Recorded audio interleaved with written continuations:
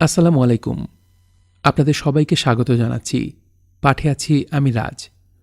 আজ পড়ছি বিভূতিভূষণ বন্দ্যোপাধ্যায়ের উপন্যাস দৃষ্টিপ্রদীপ এর চতুর্থ পর্ব। তার পরদিন সন্ধ্যাবেলাতেও গুরুদেব আমলকিতলায় আসন পেতে বসে গল্প বলছিলেন ছেলেমেয়েদের। একবার উঠে আহ্নিক করতে গেলেন, আবার এসে বসলেন। মেয়েরাও এলেন। কথা বলতে বলতে হঠাৎ আমার দিকে আঙুল দিয়ে বললেন, ও ছেলেটিকে রোজ রোজ দেখি দাঁড়িয়ে থাকে। এসো এসো বাবা, এদিকে এসো। প্রথমটা আমার বড় লজ্জা হলো, কিন্তু কেমন একটা আনন্দও হলো। একটু এগিয়ে গেলাম। জ্যাঠাইমা বললেন, ও আমার এক খুড়তুতো দেওয়ারের ছেলে। ওরা এখানে থাকতো না, চা বাগানে ওর বাবা কাজ করত। এখানে এসে অসুখ হয়ে মারা গেল। আর তো কেউ নেই, ওরা এ বাড়িতে থাকে। গুরুদেব বললেন, এসো দেখি বাবা, হাটটা দেখি, সরে এসো। তারপর জ্যাঠাইমাদের দিকে চেয়ে বললেন, খুব লক্ষণযুক্ত ছেলে, এর বয়স কত? আমায় লক্ষণযুক্ত বলাতে বিশেষত অত ছেলের মাঝ থেকে জ্যাঠাইমা কাকিমারা নিশ্চয়ই খুব খুশি হননি। জ্যাঠাইমা প্রমাণ করবার চেষ্টা করলেন আমার বয়স নাকি 15 বছর। আমি ওর ছেলে হাবুর চেয়ে 1.5 বছরের বড়। আসলে আমার বয়স 13। জ্যাঠাইমার বড় ছেলে হাবুকে আমরা হাবুদা বলে ডাকি। সে আমাদের সবার চেয়ে 2 বছরের বড়। স্কুলে তার বয়স লেখানো আছে, তাই ধরে বলছি। তারপর গুরুদেব আমায় জিজ্ঞেস করলেন, কি পড়ো বাবা? আমি কোন ক্লাসে পড়ি বললাম। ধাতুরূপ কতদূর পড়েছ? লুংলিট বোঝো? এই শোনো একটি শ্লোক। সধৈষ্ঠ বেদান্ত্রী দশান জ্যষ্ঠ পিতৃণতাপর্ষিত সমমংস্তে বন্ধুন বেজ্যৈষ্ঠ স্বরবর্গ মরংস্থ নিতৌ সমূল ঘাতং নবধি ধরেঞ্চ। হেসে বললেন, কত রকম ধাতুর ব্যবহার দেখেছ? এ হলো ভটিকাব্যের শ্লোক। আমার বেশ ভালো লাগল, গুরুদেবকেও এবং তার শ্লোককেও। আমি এর আগে সংস্কৃত শ্লোক বেশি শুনিনি। চা বাগানে কেউ বলতো না। শ্লোকটা আমি মুখস্থ করে নিলাম। একদিন তিনি বাড়ির পাশে মাঠে শুকনো পাতা দিয়ে আগুন জ্বেলেছেন। আমায় দেখে বললেন, এসো জিতু। আমি বললাম, কি করবেন আগুন জ্বেলে? তামাক পোড়াবো। আমি বললাম, আমি পুড়িয়ে দিচ্ছি। গুরুদেব অনেক সংস্কৃত শ্লোক আমাকে শোনালেন। কুপেশের সাপে এক যক্ষ গৃহ থেকে বহুদূরে কোন পর্বতে নির্বাসিত হয়েছিল। বাড়ির জন্যে ভেবে ভেবে তার হাতে সোনার বালা ঢল হয়ে গিয়েছিল। তারপর আষাঢ় মাসের প্রথম দিনে সেই পাহাড়ের মাথায় বর্ষার নতুন কালো মেঘ নামল। এইরকম একটা শ্লোকের মানে। আমি তো সংস্কৃত পড়ি মোটে রিজুপাট, কিন্তু আমাকেই তিনি আগ্রহের সঙ্গে এমনই ভালো ভালো অনেক শ্লোক শোনাতে লাগলেন যেন আমি কত বুঝি। এবার মনে হলো আমার নিজের কথা যা কাউকে কখনো বলিনি এ পর্যন্ত, তার কাছে খুলে বলি। আমার মনে সন্দেহ, আমার ওসব অদ্ভুত জিনিস দেখার ব্যাপার, জ্যাঠাইমাদের সঙ্গে আচার ব্যবহার নিয়ে আমার মত না মেলা, সকলের ওপর ঠাকুর দেবতার সম্বন্ধে আমার অবিশ্বাস, এসব খুলে বলে তিনি কি বলেন শুনি। তার উপর এমন একটা শ্রদ্ধা ও বিশ্বাস হয়ে গিয়েছিল আমার, যেন মনে হলো এর কাছে বললে ইনি সব বুঝিয়ে দিতে পারবেন আমাকে। এত বড় লোক ইনি, এত পণ্ডিত, কত কথা জানেন। কিন্তু সুবিধে হলো না। বলি বলি করেও বলতে আমার কেমন যেন লজ্জা হলো। 3 দিন এমনি কেটে গেল। তারপর তিনি চলে গেলেন। আমার কিন্তু বলতে পারলেই ভালো হতো। একজন ভালো লোককে আমার সব কথা বলা দরকার।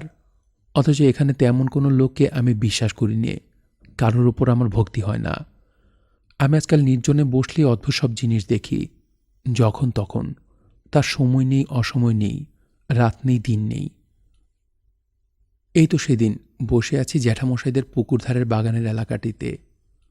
হঠাৎ দেখি পুকুর পাড়ের আমগাছগুলোর ওপরকার নীল আকাশে একটা মন্দিরের চূড়ো। প্রকাণ্ড মন্দির, রোদ লেগে ঝকমক করছে। সোনা না কি দিয়ে বাঁধানো যেন। মন্দিরের চারিপাশে বাগান, চমৎকার গাছপালা, ফুল ফুটে আছে, অপূর্ব দেখতে। ঠিক যেন আমাদের সোনাদা চা বাগানের ধারে বনের গাছের ডালে ডালে ফোটা নীল অর্কিডের ফুল। আরেকদিন দেখেছিলাম ঠিক ওই জায়গায় বসেই আকাশ বেশ সন্ধ্যার সময় 3টে সুন্দরী মেয়ে, পরনে যেন শ্বেত চমড়ের লোমে বোনা সাদা চকচকে লুটিয়ে পড়া কাপড়। তারা উড়ে যাচ্ছে এক সারিতে। বোধহয় পুরো 5 মিনিট ধরে তাদের দেখেছি। তারপর রোদ চকচক করতে লাগল, আর তাদের স্পষ্ট দেখা গেল না। ওপরের দিকে যেতে যেতে মিলিয়ে গেল। এরকম নতুন নয়, কতবার দেখেছি, প্রায় দেখি, 2-5 দিন অন্তর দেখি। দেখে দেখে আমার সয়ে গিয়েছে, আগের মতো ভয় হয় না। কিন্তু এক একবার ভাবি, এ আমার এক রোগ, না চোখ খারাপ হয়ে গিয়েছে নাকি। আমার কারোর সঙ্গে মিশতে সাহস হয় না, এই জন্যে যে হয়তো কোন সময় আবার অন্য ভাব এসে যাবে, আর কে সঙ্গে থাকবে সে আমায় ভাববে পাগল, হয়তো হাসবে, হয়তো লোককে বলে দেবে। এমনকি বাড়িতে জ্যাঠাইমা, কাকিমা, কাকা এরা আমায় পাগলই ভাবেন। কি করব? আমি যা দেখি ওরা তা দেখতে পান না, এই আমার অপরাধ। একটা উদাহরণ দিই। ফাল্গুন মাসে ছোট কাকার মেয়ে পানি অসুখে পড়ল। 1 দিন 2 দিন গেল, অসুখ আর সারে না, জ্বর লেগেই আছে। 7 দিন কেটে গেল, জ্বর একই ভাব। 10 দিনের দিন অসুখ এমনই বাড়ল, নৈহাটি থেকে বড় ডাক্তার আনবার কথা হলো। পানিকে আমার এবারের ছেলেমেয়েদের মধ্যে ভালো লাগে। তার বয়স বছর 7-8, ঝাঁকড়া চুল মাথায়, চোখ কটা, সাহেবদের ছেলেমেয়েদের মতো। এবারের ছেলেমেয়েদের মুখে যেমন খারাপ কথা আর গালাগালি লেগেই আছে, পানির কিন্তু তা নয়। তার একটা কারণ, সে এতদিন মামার বাড়িতে তার দিদিমার কাছে ছিল, গঙ্গার ওপারে ভদ্রেশ্বরে। সে বেশ মেয়ে, বেশ গান করতে পারে, প্রাণে তার দয়ামায়া আছে। পানির অসুখ হয়ে পর্যন্ত আমার মন খারাপ হয়ে গিয়েছিল। আমার ইচ্ছে হয়েছিল ওর কাছে গিয়ে বসে গায়ে হাত বুলিয়ে দিই, কিন্তু কাকিমা তো আমায় বিছানা ছুঁতে দেবে না, সেই ভয়ে পারতাম না। পানির তখন 17 দিন জ্বর চলছে। বুড়ো গোবিন্দ ডাক্তার ঘোড়ার গাড়ি করে স্টেশন থেকে এলো। দালানে বসে মশলার কৌটো বের করে মশলা খেলে ভাজা মশলার গন্ধে দালান ভুরভুর করতে লাগলো। চা করে দেওয়া হলো, চা খেলে। তারপর ওষুধ লিখে দিয়ে ভিজিটের টাকা মেজ কাকার হাত থেকে নিয়ে না দেখেই পকেটে পুরলে। তারপর রোগীকে বারবার গরম জল খাওয়ানোর কথা বলে গাড়ি করে চলে গেল। একটু একটু অন্ধকার হয়েছে, কিন্তু এখনও বাড়িতে সন্ধ্যার শাঁখ বাজিনি, কি আলো জ্বালা হয়নি। হয়তো ডাক্তার আসবার জন্যে সকলে ব্যস্ত ছিল বলেই। আমি রোগীর ঘরের দোরের কাছে গিয়ে দাঁড়ালাম, কিন্তু পানির বিছানায় পানির শিউরে যে বসে আছে তাকে চিনতে পারলাম না। লাল পাড় শাড়ি পরনে 8 ঘোমটা দেওয়া কে একজন। জ্যাঠাইমার মতো দেখতে বটে, কিন্তু জ্যাঠাইমা তো নয়। ঘরের মধ্যে আর কেউ নেই। এইমাত্র কাকিমা বাইরে গেছেন ডাক্তারে কি বলে গেল তাই জানতে ছোট কাকার কাছে। আমি ভাবছি লোকটা কে। এমন সময় তিনি মুখ তুলে আমার দিকে চেয়ে বললেন, জিতু, নির্মলাকে বলো পানিকে আমি নিয়ে যাব। আমি ওকে ফেলে থাকতে পারবো না, ও আমার কাছে ভালো থাকবে, নির্মলা যেন দুঃখ না করে। আমি আশ্চর্য হয়ে গেলাম। কে নির্মলা? আমি চিনি নে। যিনি বলছেন তিনিই বা কে? কোথা থেকে এসেছেন? কই, এ বাড়িতে তো কোনোদিন দেখিনি তাকে। পানিকে তিনি অসুস্থ শরীরে কোথায় নিয়ে যাবেন? এসব কথা ভাববার আগেই ছোট কাকিমা ঘরে ঢুকলেন। কিন্তু আরও আশ্চর্যের বিষয় এই যে, বিছানার পাশে যিনি বসে আছেন ছোট কাকিমা যে তাকে দেখতে পাচ্ছেন এমন কোনো ভাব দেখলুম না। বিছানায় যিনি বসেছিলেন তিনি আমায় বললেন, জিতু, নির্মলাকে বলো এবার আমি চলে যাচ্ছি। আমি কিছু না ভেবে কলের পুতুলের মতো চেয়ে বললাম, নির্মলা কে? ছোট কাকিমা আমার দিকে কটমট করে চেয়ে বললে, কেন, সে খোঁজে কি দরকার? তিনি ভাবলেন আমি বুঝি তাকে জিজ্ঞেস করছি। অন্য মহিলাটা বিছানা থেকে নেমে ওদিকের দরজা দিয়ে বার হয়ে চলে গেলেন। যাবার সময় আমাকে বললেন, এই তো নির্মলা ঘরে এসেছে। আমি বললাম, আপনি কেন বলুন না নিজে? ততক্ষণ তিনি বার হয়ে চলে গিয়েছেন। ছোট কাকিমা আমার দিকে অবাক হয়ে চেয়ে আছেন। বললেন, কি বকছিস পাগলের মতো? ওদিকে চেয়ে কার সঙ্গে কথা বলছিস? নির্মলাকে, সে খোঁজে তোমার কি দরকার শুনি? জ্যাঠাইমা ঘরে ঢুকলেন সেই সময়। তিনি বললেন, কি হয়েছে, কি বলছে ও? ছোট কাকিমা বললেন, আপন মনে কি বকছে দেখো না দিদি। ও এ ঘর থেকে চলে যাক, আমার ভয় করে। ও ছেলের মাথা ঠিক নেই, আমার নাম করে কি বলছে। জ্যাঠাইমা বললেন, কি বলছিলি কাকিমার নাম করে? আমার বিস্ময় তখনও কাটেনি। আমি তখন কেমন হয়ে গিয়েছি। ছোট কাকিমার নাম যে নির্মলা, আমি তা কখনো শুনিনি। ওই মেয়েটি যে চলে গেল, আমার সঙ্গে কথা বলে গেল, ছোট কাকিমা তাকে দেখতে পেলেন না, তার কথাও শুনতে পেলেন না, এই বা কেমন? জ্যাঠাইমার কথার কোনো জবাব আমার মুখ দিয়ে বেরোল না। আমার মাথা ঘুরে উঠল। তারপর কী যে ঘটল আমি জানি নে। জ্ঞান হলে দেখি মা আমার মাথা কোলে নিয়ে বসে কাঁদছেন। আমি দালানে শুয়ে আছি। চারিপাশে বাড়ির অনেক মেয়ে জড়ো হয়েছে। সবাই বললে আমার মৃগীরোগ আছে। ভাবলাম হয়তো হবে, একেই বোধহয় মৃগীরোগ বলে। আমার বড় ভয় হলো, বাবা মারা গিয়েছেন পাগল হয়ে। এ বাড়িতে অনেকের মুখে শুনেছি আমরাও পাগল হতে পারি। তার মধ্যে আমার নাকি পাগলের লক্ষণ আছে অনেক। সে সন্ধ্যার কথা কখনো ভুলব না। জীবনে এত ভয় আমার কোনোদিনও হয়নি। এই ভেবে ভয় হলো যে আমার সত্যি কোনো কঠিন রোগ হয়েছে, কিন্তু কাউকে বলবার উপায় নেই রোগটি কী। মৃগীরোগ হয়তো হয়েছে, নয়তো বাবার মতো পাগল হয়ে যাব হয়তো, না কি হবে। যে রাত্রে বাবা পাগল হয়ে গিয়ে বালিশের তুলো ছিঁড়ে ঘরময় ছড়িয়ে দিলেন, কেরোসিনের টেমির মিটমিটে অস্পষ্ট আলোয় রাত দুপুরের তাসে অদ্ভুত সারা গায়ে, মুখে, মাথায় তুলো মাখা মূর্তি বারবার মনে আসতে লাগল। আমার মনে সে রাত্রির সে মূর্তি চিরদিনের জন্য আঁকা হয়ে আছে। ওই রকম কি আমারও হবে? মাকে আঁকড়ে ধরে শুয়ে রইলাম সারা রাত। মনে মনে কতবার আকুল আগ্রহে প্রার্থনা করলাম, প্রভু যিশু, তুমি দেবতা, তুমি আমার এ রোগ সারিয়ে দাও, আমায় পাগল হতে দিও না, আমায় বাঁচাও। সকালে একটু বেলায় রোদ উঠলে পানি মারা গেল। জ্যাঠাইমা সকালে উঠে বউদের কুটনো কুটবার উপদেশ দেবেন, কি কি রান্না হবে তা ঠিক করে দেবেন। এ বাড়িতে ভাগ্নে বউ ছাড়া কেউ গায়ে দিতে পারে না। এদিকের কাজ সেরে জ্যাঠাইমা তাকে সঙ্গে নিয়ে গোয়ালে নিজের চোখের সামনে দুধ দোয়াবেন।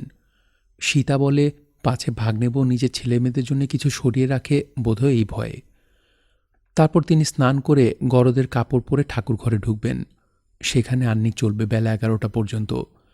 সে সময় ঠাকুর ঘরের দোরে কারোর গিয়ে উকি দেবার পর্যন্ত হুকুম নেই। সবাই বলে জ্যাঠাইমা বড় পুণ্যবতী।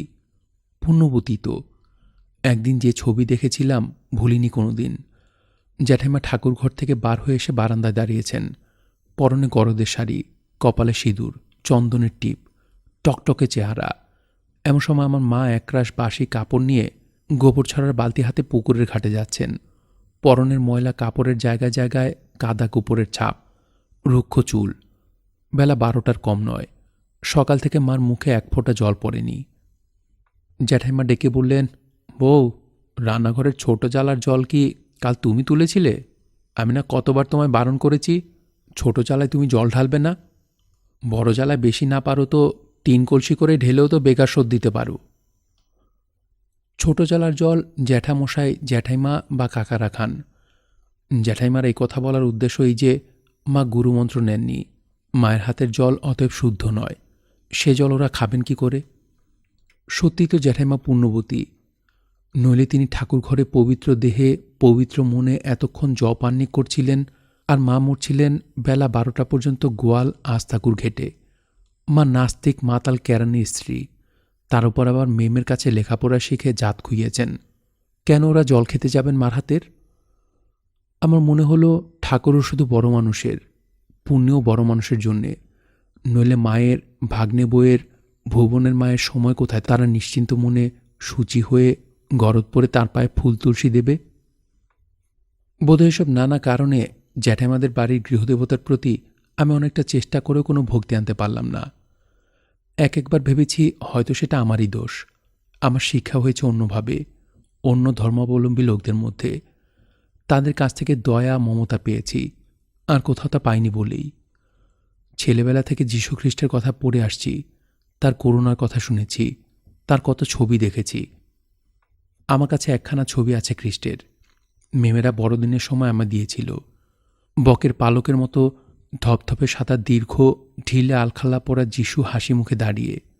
চারিধারে তার ছোট ছোট ছেলেমেয়েরা ভিড় করেছে।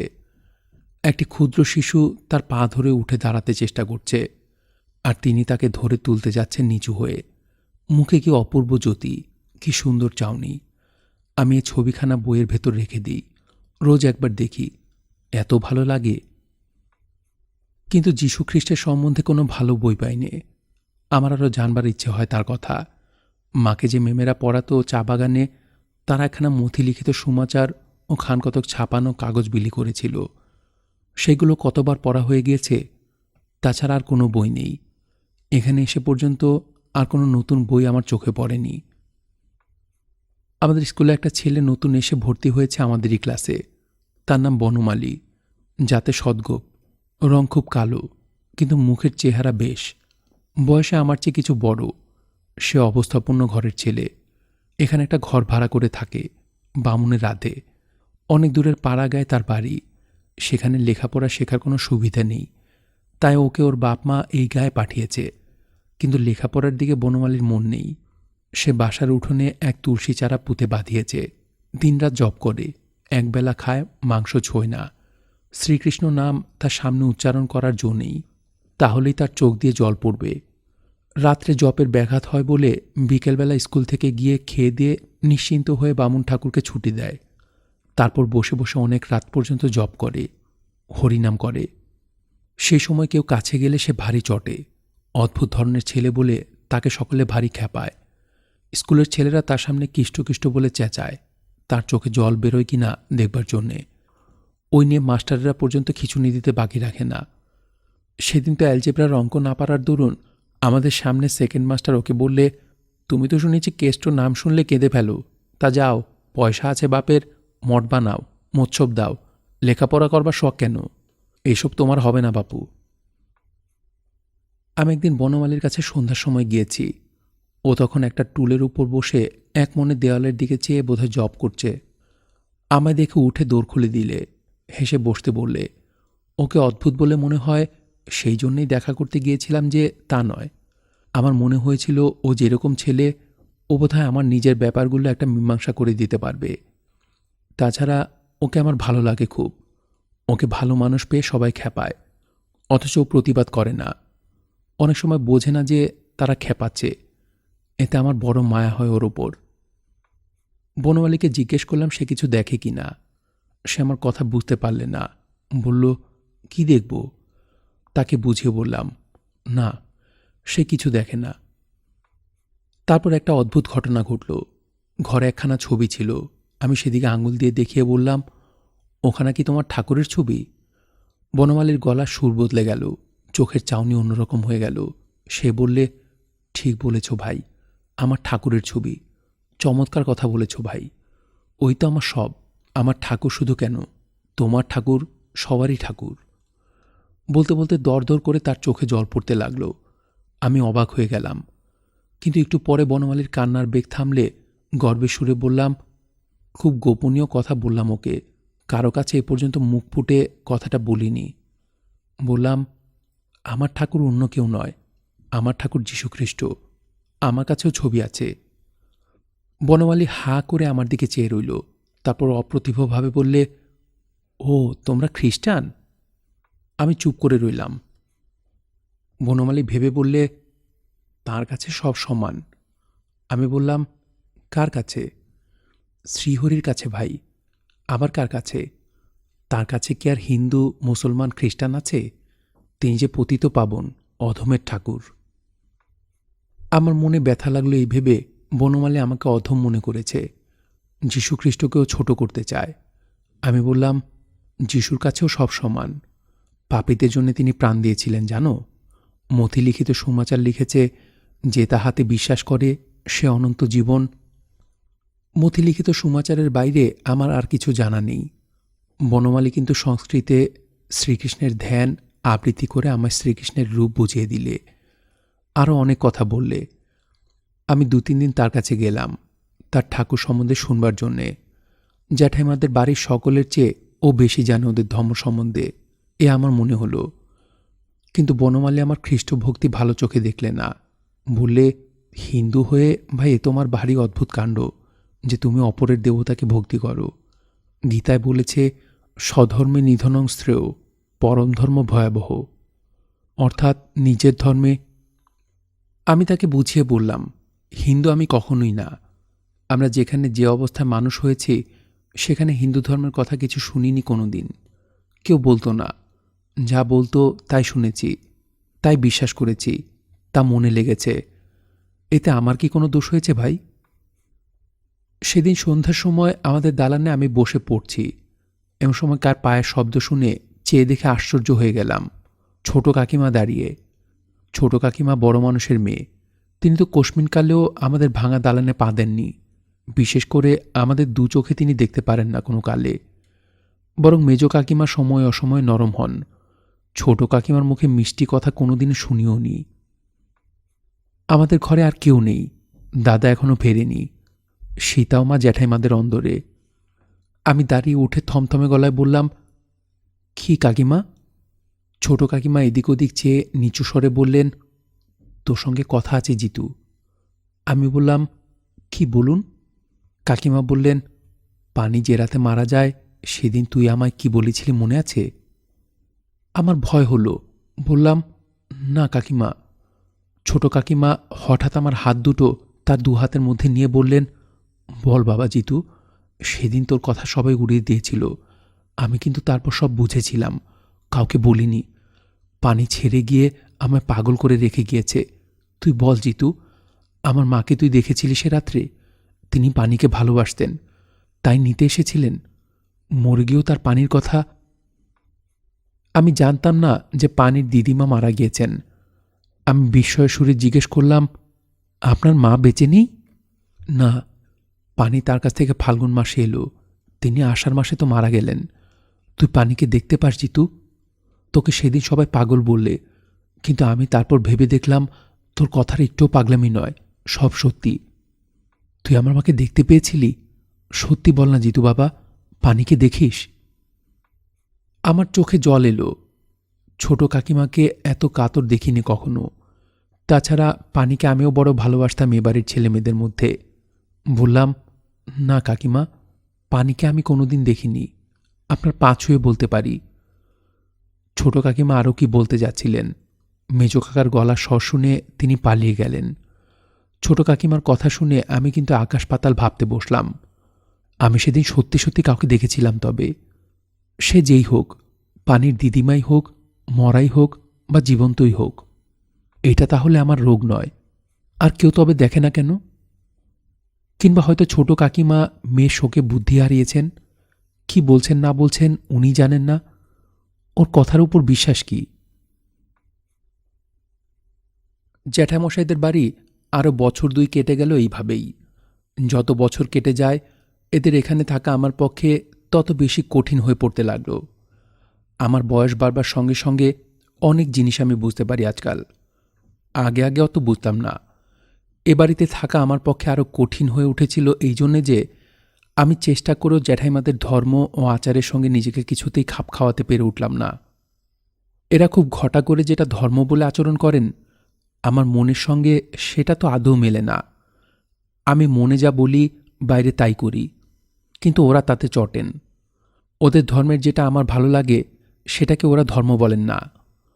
কিন্তু একটা ব্যাপার হয়েছে এই, আগে ভাবতাম শুধু জ্যাঠাইমাদের বাড়িতেই বুঝি এইরকম। এখন বয়স বাড়বার সঙ্গে সঙ্গে বুঝতে পেরেছি এ গ্রামের অধিকাংশই এরকম। জ্যাঠাইমায়েরা একটু বেশি মাত্র। এতে আমার সন্দেহ হলো, বোধহয় আমার মধ্যেই কোনো দোষ আছে, যার ফলে আমি এদের শিক্ষা নিতে পারছি নে। ভাবলাম আমার যে ভালো লাগে না সে বোধহয় আমি বুঝতে পারি না বলেই। হয়তো চা বাগানে থাকার দরুন ওদের ধর্ম আমরা শেখবার সুযোগ পাইনি। যে আবহাওয়ার মধ্যে ছেলেবেলা থেকে মানুষ হয়েছি সেটাই এখন ভালো লাগে। ম্যাট্রিক পাশ করে শ্রীরামপুর কলেজে ভর্তি হলাম। জ্যাঠাইমাদের গ্রামের আটঘরার নবীন চৌধুরী, যার বড় ছেলে ননি ভালো ফুটবল খেলতে পারে এবং যে প্রায়শ্চিত্তের বাধাবিঘ্ন না মেনে বাবার সৎকারের সময় দলবল জুটিয়ে এনেছিল, তারই ভগ্নিপতির বাড়ি অর্থাৎ নবীন চৌধুরীর বড় মেয়ে শৈলবালার শ্বশুরবাড়ি শ্রীরামপুরে। ননির জোগাড় যন্ত্রে তাদের শ্বশুরবাড়িতে আমার থাকবার ব্যবস্থা হলো। এসে দেখি এদের বেশ বড় সংসার, অনেক লোক। শৈলদিদির স্বামীরা 6 ভাই, তার মধ্যে 4 ভাইয়ের বিয়ে হয়েছে। আর একটি আমার বয়সী ফার্স্ট ইয়ারে ভর্তি হলো আমার সঙ্গে। সকলের ছোট ভাই স্কুলে পড়ে। শৈলদি বাড়ির বড় বউ, আমি তার দেশের লোক। সবাই আমাকে খুব আদর যত্ন করলে। এখানে কিছুদিন থাকবার পরে বুঝলাম যে সংসারে সবাই জ্যাঠামশাইদের বাড়ির ছাঁচে গড়া নয়। চা বাগান থেকে এসে বাংলাদেশ সম্বন্ধে যে একটা হীন ধারণা আমার হয়েছিল সেটা এখানে 2-4 মাস থাকতে থাকতে চলে গেল।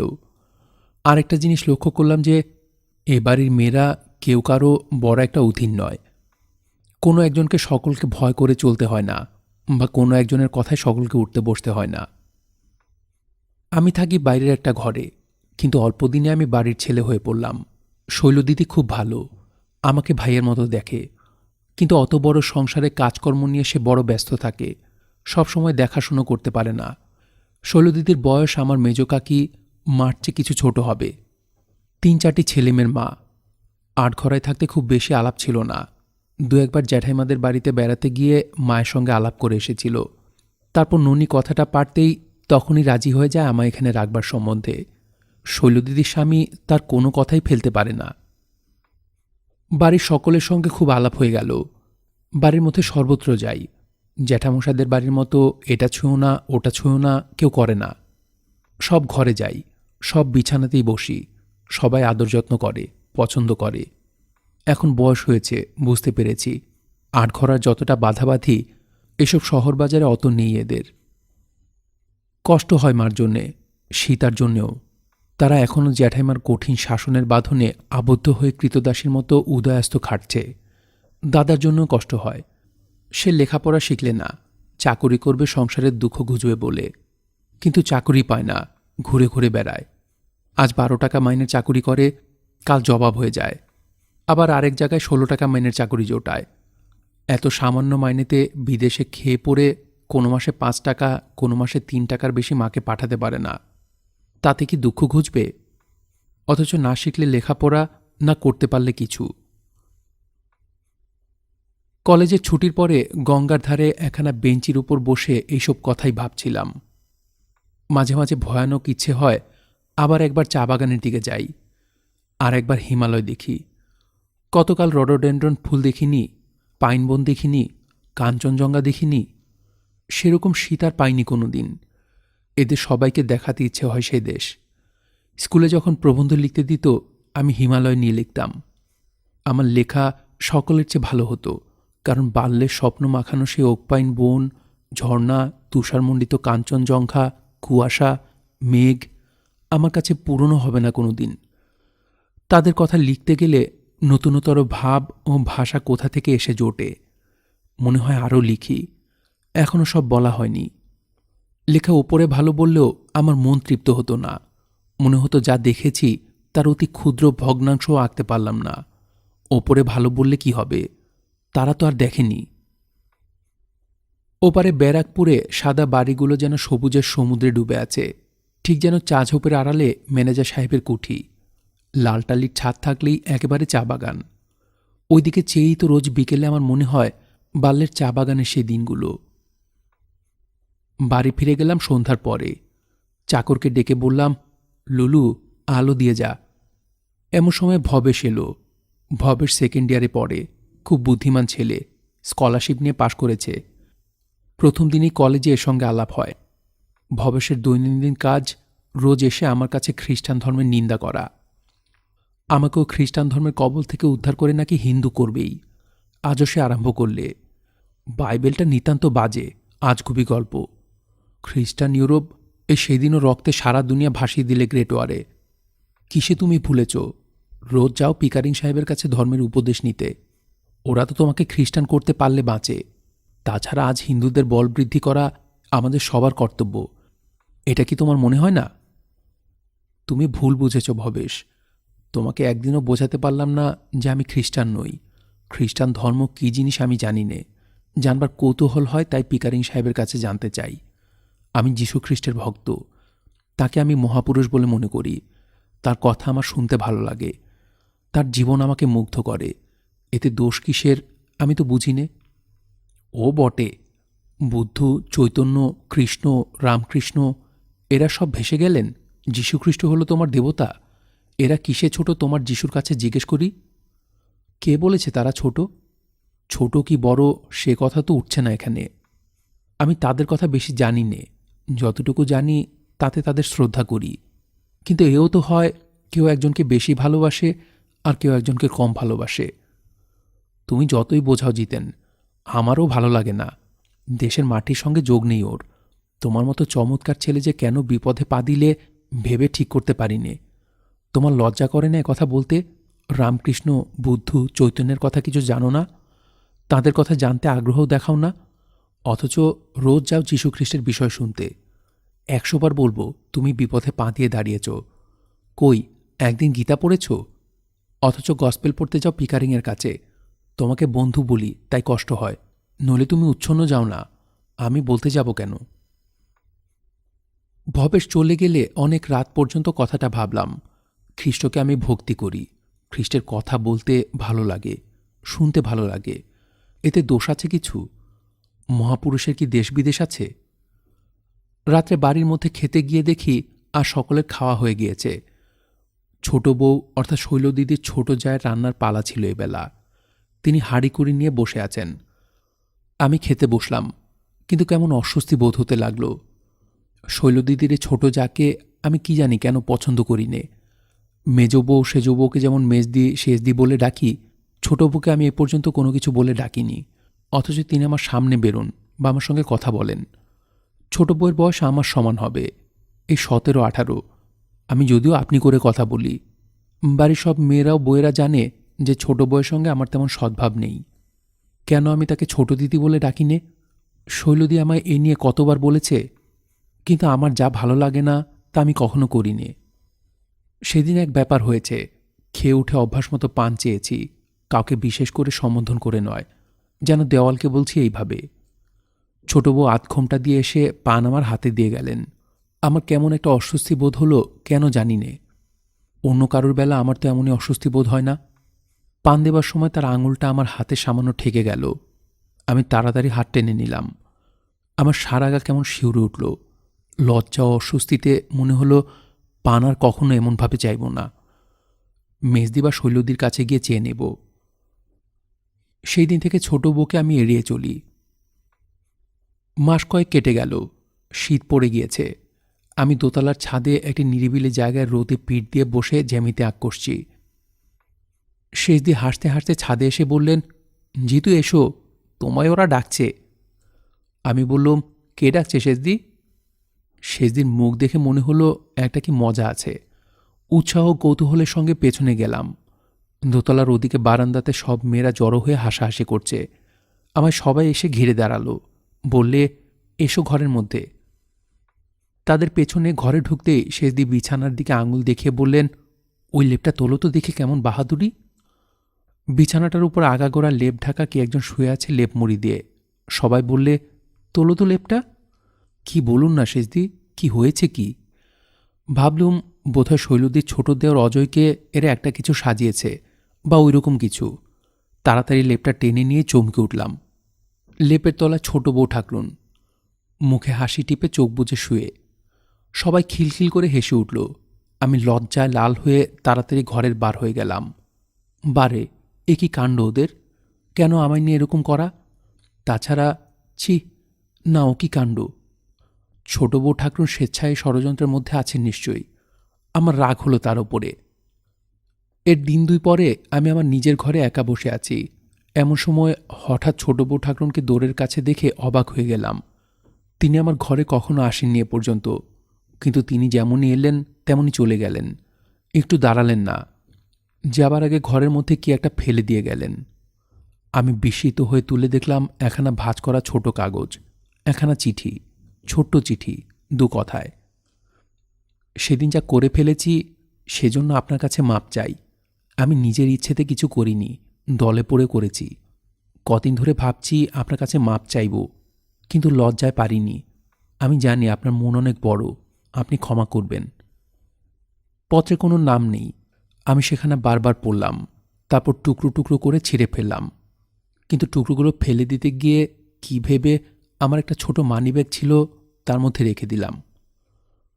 সেদিন থেকে আমার কি হলো, আমি একা থাকলেই ছোট বউ ঠাকরুনের কথা ভাবি।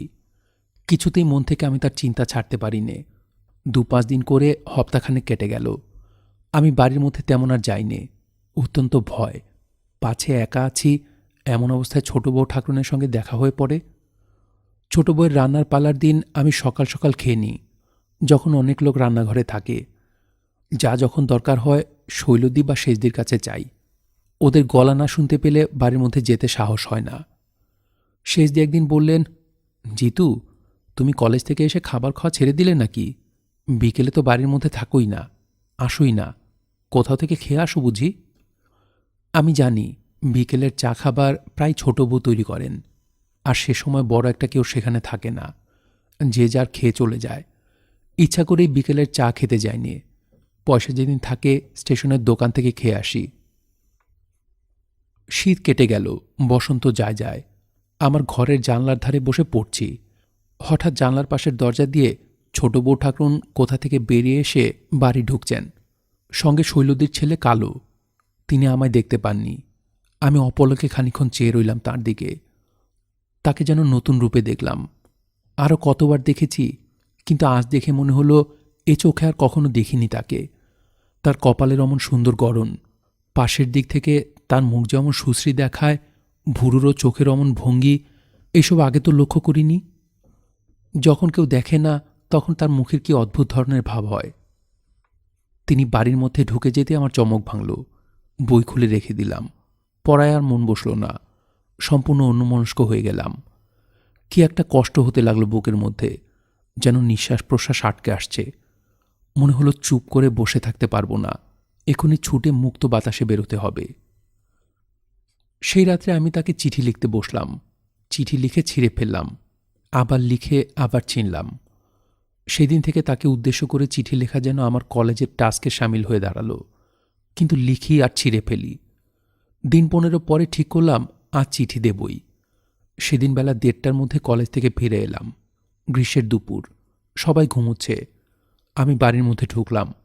সিঁড়ির পাশে দোতলায় তার ঘর। তিনি ঘরে বসে সেলাই করছিলেন। আমি সাহস করে ঘরে ঢুকে চিঠি দিতে পারলাম না, চলে আসছিলাম। এমন সময় তিনি মুখ তুলে আমায় দেখতে পেলেন। আমি লজ্জায় ও ভয়ে অভিভূত হয়ে সেখান থেকে সরে গেলাম। ছুটে নিচে এলাম।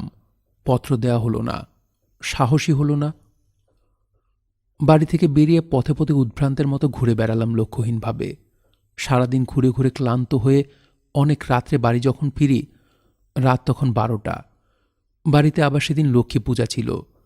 খেতে গিয়ে দেখি রান্নাঘরের সামনের বারান্দায় আমার খাবার ঢাকা আছে। শৈলদী ঢুলছেন রান্নাঘরের চৌকাঠে বসে।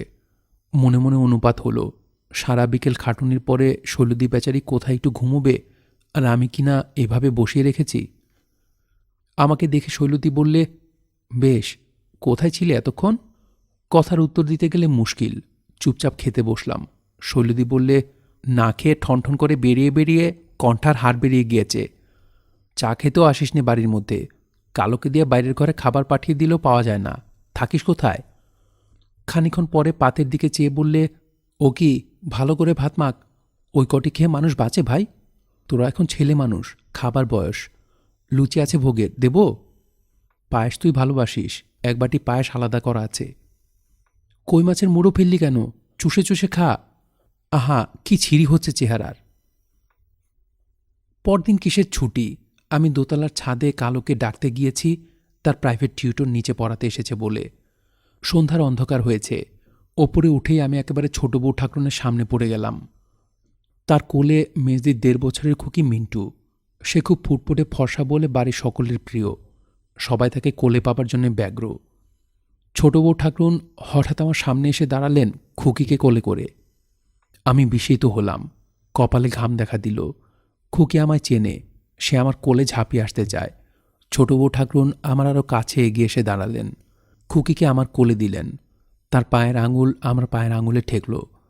আমি তখন লাল হয়ে উঠেছি। শরীর যেন ঝিমঝিম করছে। কেউ কোনো দিকে নেই। ছোট বউ ঠাকরুন সম্পূর্ণ অপ্রত্যাশিতভাবে সুর নিচু করে বললেন, আপনি আর এ বাড়ির মধ্যে আসেন না কেন আজকাল? আমার ওপর রাগ এখনো যায়নি? আমি অতি কষ্টে বললাম, রাগ করব কেন? তবে সেদিন ও ঘরে এলেন, আমার সঙ্গে কথা বললেন না তো, চলে গেলেন কেন? মরিয়া হয়ে বললাম, আপনাকে সেদিন চিঠি দেব বলে এসেছিলাম, কিন্তু পাছে কিছু মনে করেন সেজন্যে দেয়া হয়নি। পাছে কিছু মনে করেন ভেবেই বাড়ির মধ্যে আসিনে। তিনি খানিক্ষণ চুপ করে রইলেন। তারপর মৃদু স্বরে বললেন, মাথা ঠান্ডা করে লেখাপড়া করুন। কেন ওরকম করেন? আর বাড়ির মধ্যে আসেন না কেন? ওতে আমার মনে ভারী কষ্ট হয়। যেমন আসতেন তেমনি আসবেন বলুন। আমার ভাবনার মধ্যে ফেলবেন না ওরকম। আমার শরীরে যেন নতুন ধরনের অনুভূতির বিদ্যুৎ খেলে গেল। সেখানে আর দাঁড়াতে পারলাম না। মুখে যা এলো একটা জবাব দিয়ে নিচে নেমে এলাম। সারা রাত আর ঘুমোতে পারিনি। আমার জন্য একজন ভাবে এই চিন্তার বাস্তবতা আমার জীবনে একেবারে নতুন। নতুন নেশার মতো এই অনুভূতি আমার সারা দেহ মন অভিভূত করে তুললে। কি অপূর্ব ধরনের আনন্দ বেদনায় মাখানো দিন, সপ্তাহ, পক্ষ, মাস। দিনরাতে সবসময় আমার ওই এক চিন্তা, নির্জনে কাটাই, কিছু ভালো লাগে না। অথচ যার চিন্তা শয়নে স্বপনে সর্বদাই করি, পাছে তার সামনে পড়ি এই ভয়ে সতর্ক হয়ে চলাফেরা করি। লেখাপড়া, খাওয়া, ঘুম সব গেল। বৈশাখ মাসের মাঝামাঝি ছোট বউ ঠাকরুনের হলো অসুখ। অসুখ ক্রমে বাড়াবাড়ি ধরনের হলো। চাতুরা থেকে যদু ডাক্তার দেখতে এলো। তার বাপের বাড়ি থেকে লোকজন এসে পড়ল। বাড়ি শুদ্ধ লোকের মুখে উদ্বেগের চিহ্ন। আমি ডাক্তার ডাকা, ওষুধ আনা এসব করি বাড়ির ছেলেদের সঙ্গে, কিন্তু একদিনও রোগীর ঘরে যেতে পারলাম না, কিছুতেই না। একদিন ঘরের দোরের কাছে গিয়ে দাঁড়িয়েছিলাম, কিন্তু চৌকাঠের ওপারে যায়নি। ক্রমে তিনি সেরে উঠলেন। একদিন আমার চয়নিকা খাতা তিনি চেয়ে পাঠালেন। দিন দুই পরে কালো বই ফিরে দিয়ে গেল। 4-5 দিন পরে চয়নিকা খাতাখানা কি জন্য খুলতে গিয়েছি, তার মধ্যে একখানা চিঠি, ছোট বউ ঠাকুরের হাতে লেখা। নাম নেই কারুর, লেখা আছে, আমার অসুখের সময় সবাই এলো, আপনি এলেন না কেন? আমি কত আশা করেছিলাম যে আপনি দেখতে আসবেন, জানেন তা? আমার মরে যাওয়াই ভালো, কেন যে আবার সেরে উঠলাম। অসুখ থেকে উঠে মন ও শরীর ভেঙে গেছে। কালোর মুখে শুনেছি আপনি ঘরে টাঙিয়ে রেখেছেন যীশুখ্রিস্টের ছবি। তিনি হিন্দুর দেবতা নন, কিন্তু আপনি যাকে ভক্তি করেন আমি তাকে অবহেলা করতে পারি নে। আমার জন্য তার কাছে প্রার্থনা করবেন। আর একটা কথা, একটিবার দেখতে কি আসবেন না? যীশুখ্রিস্টের ছবির দিকে চাইলাম। সম্প্রতি একখানা বুদ্ধের ছবি আর একখানা চৈতন্যের ছবিও এনে টাঙিয়েছিলাম। রোগশীর্ণা পত্রলেখিকার করুণ আকুতি ওদের চরণে পৌঁছে দেবার ভার আমার উপরে পড়েছে, কিন্তু আমি কি পারব? অনুকম্পায়, মমতায় আমার মন তখন ভরে উঠেছে। যে প্রার্থনা ওদের কাছে জানালাম তা ভাষাহীন, বাক্যহীন। আমি এছাড়া আর কিছু করতে পারি নে। সামনে হঠাৎ যেতে পারবো না তার। এবারে তো আর বেশি দিন থাকা হবে না আমার, চলে যাব এখান থেকে। টেস্ট পরীক্ষা দিয়ে আটঘরায় পালাবো ঠিক করলাম। সেখানে যাইনি অনেক দিন। মা চিঠি লিখেছেন, দেখবার জন্য ব্যস্ত হয়েছেন। আমার সেখানে যেতে ইচ্ছে হয় না, শুধু জ্যাঠাইমাদের ব্যবহারের জন্যে। গেলেই মায়ের দুঃখ দেখতে হবে। দাদা এক বাতাসার কারখানায় চাকরি পেয়েছে, মাসে কিছু টাকা অতি কষ্টে পাঠায়। সীতা বড় হয়ে উঠল, তারই বা কি করা যায়? দাদা একাই বা কি করবে? পিকারিং সাহেব আমার হাতে গীতা দেখে একদিন বললেন, তুমি এসব পড়ো নাকি? বাইবেল কি তোমার সকল আধ্যাত্মিক অভাব পূর্ণ করে না? আমি বললাম, পড়ে দেখতে কি দোষ আছে সাহেব? তাছাড়া আমি তো খ্রিস্টান নই, আমি এখনও হিন্দু। দু নৌকাতে পা দেওয়া যায় না মাই বয়। তুমি খ্রিস্টান ধর্মে দীক্ষিত হও, নয়তো তুমি বাইবেল পড়ো কেন? যদি বলি ইংরেজি ভাষা ভালো করে শেখবার জন্যে? পিকারিং সাহেব হো হো করে হেসে উঠল, বললে, তোমার আত্মার পরিত্রাণ তার চেয়েও বেশি দরকারি। যিশুতে বিশ্বাস না করলে আত্মার ত্রাণ নেই। তিনি আমাদের সকলের পাপের ভার নিজে নিয়ে ক্রুশের নিষ্ঠুর মৃত্যুবরণ করেছিলেন। যিশুর ধর্মে দীক্ষিত হও, তোমার পাপ তার রক্তে ধুয়ে যাবে। এসো আমার সঙ্গে গান করো। তারপর সাহেব নিজেই গান ধরল, nothing but the blood of Jesus, oh precious is the flow that can make me white as snow, no other fount I know, nothing but the blood of Jesus. Pickering সাহেবকে আমার খুব ভালো লাগে, খুব সরল, ধর্মপ্রাণ লোক। স্ত্রী মারা গিয়েছে আজ 10-12 বছর, আর বিয়ে করেনি।